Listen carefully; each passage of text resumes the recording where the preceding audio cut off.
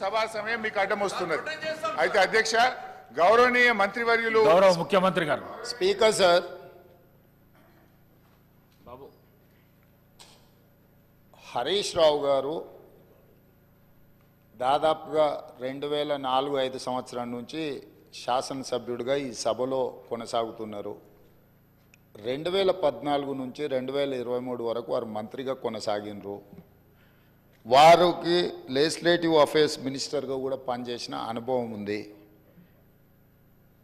Chair మీద ఆరోపణలు చేయడం ఏ సభ్యుడికి తగదు. వినండి. ఎందుకు అంటే ఇది ప్రాధాన్యతతో కూడుకున్న సమస్య. కార్మికుల పక్షాన, కార్మికులు కష్టాలలో ఉన్నప్పుడు 50 రోజులు దీక్ష చేసినప్పుడు 50 మంది చనిపోయినప్పుడు ఖమ్మం జిల్లాకు సంబంధించిన డ్రైవర్ శ్రీనివాసరెడ్డి గారు తన పిల్లలు పెద్ద ఉద్యోగాలలో ఆర్థికంగా బలంగా ఉన్న ఆనాటి ప్రభుత్వం యొక్క వివక్ష 50,000 కార్మికుల పట్ల చూపిస్తున్న విధానాన్ని వ్యతిరేకిస్తూ ఆత్మ బలిదానం చేసుకున్నప్పుడు ఆ కుటుంబాలకు వాళ్ళందరూ అండగా నిలబడ్డారు.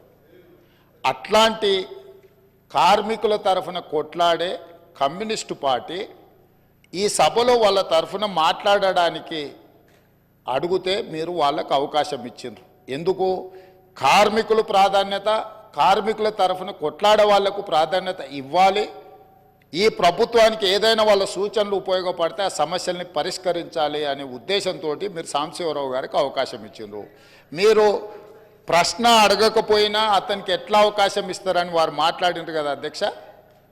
అది ఏ చట్టానికి దేనికి అసలు వారు మాట్లాడుతున్నది పూర్తిగా విరుద్ధం.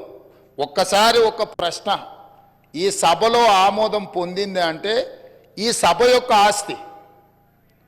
సభ ప్రశ్న అడిగిన వాళ్ళకే అవకాశం ఇవ్వాలి, మిగతా వాళ్ళకి అవకాశం ఇవ్వద్దని ఏ చట్టంలో లేదు. ఒక్కసారి ప్రశ్న ఈ ప్రశ్నావళి 10 ప్రశ్నలు ఉన్నాయి కదా అధ్యక్ష. ఇప్పుడు ఇందులో ఉన్న ఈ ప్రశ్నావళి ఈరోజు ఆమోదం పొందిన ఈ 10 ప్రశ్నలు ఉన్నాయి కదా.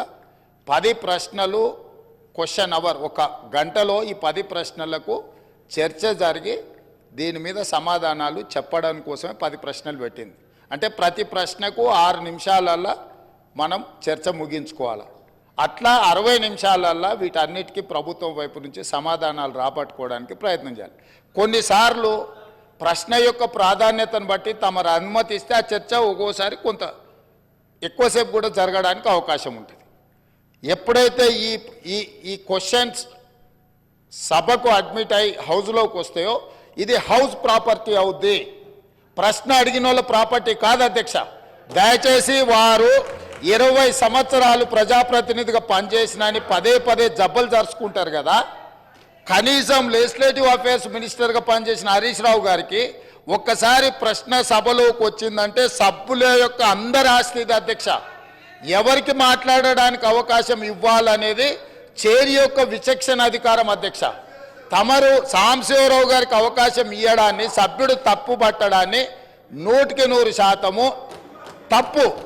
కాబట్టి వారు అట్లా మాట్లాడడాన్ని భవిష్యత్తులోనైనా సవరించుకోవాలి. అదేవిధంగా వారు పదే రూల్ బుక్ గురించి మాట్లాడుతున్నారు అధ్యక్ష. అదే రూల్ బుక్లో చాలాసార్లు వారు కోట్ చేసిరు. సభ్యులు చైర్ను వదిలి పోడియంలోకి వస్తే అదే రూల్ బుక్లో ఆ సభ్యులను బయటకు పంపించే ప్రొవిజన్ కూడా ఉంది అధ్యక్ష. తమరికి తెలుసు కదా అధ్యక్ష అది. కానీ మీరు అది ఉపయోగించలే. ఎందుకంటే ఈ సమస్య యొక్క ప్రాధాన్యత మీకు తెలుసు కాబట్టి వారు ఎంతసేపు అడిగినా దానికి ప్రభుత్వం వైపు నుంచి స్పష్టమైన సమాధానం ఇచ్చిండ్రు. ఆ సమాధానంతో వాళ్ళు సంతృప్తి చెందకపోవచ్చు. ఎందుకంటే 10 సంవత్సరాలు వాళ్ళు చేసిన తప్పులు ఈ ప్రభుత్వం కూడా చేయాలని వాళ్ళ కోరిక ఉండొచ్చు. కానీ ఈ ప్రభుత్వము ఒక నిర్దిష్టమైన ప్రణాళికతోని కార్మికులను ఆదుకోవాలని, ఆ సంస్థను బ్రతికించాలని, ఈరోజు ఆ సంస్థను ఆర్థికంగా బలోపేతం చేయాలి అని ఈరోజు అహర్నిశలు కృషి చేస్తుంటే వారు పదే వారి గతంలో ఆ కార్మిక శాఖకు గౌరవాధ్యక్షుడిగా ఉన్నారు. ఆనాటి ముఖ్యమంత్రికి ఈయనను ఎట్లా తొలగించాలనో అర్థం కాక ఆ కార్మిక సంఘాన్ని రద్దు చేసిండు. ఎందుకంటే ఈయనను తొలగించాలంటే ఏం చేయాలనో తెలియక వాళ్ళ అంతర్గత సమస్యలు వాళ్ళ ఇష్టం, వాళ్ళ కుటుంబ సమస్యలు వాళ్ళు ఏమైనా కొట్లాడుకొని. కానీ ఆ కార్మిక సంఘాలనే రద్దు చేసింది వాళ్ళ అధ్యక్ష. అట్లాంటిది ఇప్పుడు మళ్ళీ మొదటికి వచ్చి పాత తప్పులన్నీ కప్పిపుచ్చుకోవడానికి ఈరోజు కొత్తగా ఈ ప్రభుత్వం మీద బురద జల్లి మంత్రి గారిని బుల్డోజ్ చేసే విధంగా మాట్లాడడం ఏమాత్రం సమంజసం కాదు అధ్యక్ష. చివరిగా నా సూచన ఒకటే సభ్యులందరికీ, ఎందుకంటే ఇక్కడ దాదాపుగా 119లో 60కి పైగా మొదటిసారి ఎన్నికైన సభ్యులు ఉన్నారు. ఆ సభ్యులు ఏమనుకుంటారు వారు మాట్లాడింది విని? హరీష్ రావు గారికి 20 సంవత్సరాల అనుభవం ఉన్నది, ప్రశ్న వేసిన వాళ్ళే సప్లిమెంటరీ క్వశ్చన్స్ అడగాలనేమో అని ఈ సభ్యులందరూ కూడా తప్పుగా అర్థం చేసుకునే అవకాశం ఉంది. అందుకే మా నూతన సభ్యులకు నేను చెప్తున్నా, ఒక్కసారి క్వశ్చన్ హౌస్లో అడ్మిట్ అయిందంటే ఆ క్వశ్చన్ అనేది హౌస్ ప్రాపర్టీ. ఈ హౌస్లో ఏ సభ్యుడైనా కూడా సప్లిమెంటరీ క్వశ్చన్ అడగడానికి అవకాశం ఉంది. సప్లిమెంటరీ క్వశ్చన్ అడిగినప్పుడు స్పీకర్ అనుమతిస్తే ఎవరైనా మాట్లాడడానికి అవకాశం ఉంది. కాబట్టి మా నూతన సభ్యులకు కూడా నేను చెప్తున్నా, ప్రశ్న సభలోకి వచ్చిందంటే ఇది హౌస్ ప్రాపర్టీ.